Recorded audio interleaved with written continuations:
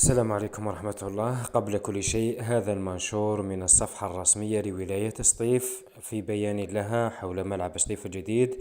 تقول: حرصا منا عن إعلام المواطنين والتواصل معهم وتنوير الرأي العام بكل المستجدات، يعلم والي ولاية سطيف محمد أمين درامشي كافة ساكنة ولاية سطيف بأنه قد تم رفع التجميد عن عملية الدراسة الخاصة بإنجاز الملعب المتعدد الرياضات 50,000 مقعد بسطيف بمبلغ يقدر 125 مليار سنتيم، وهي العملية التي عرفت تجميدا منذ سنة 2015.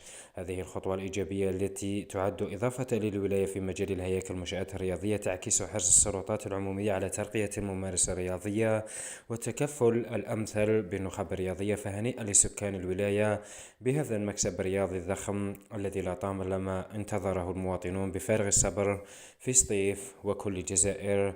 هنيئا للجزائر بملعب آخر يتسع 50,000 متفرج. إن أعجبك الفيديو لا تنسى الإعجاب والاشتراك في القناة.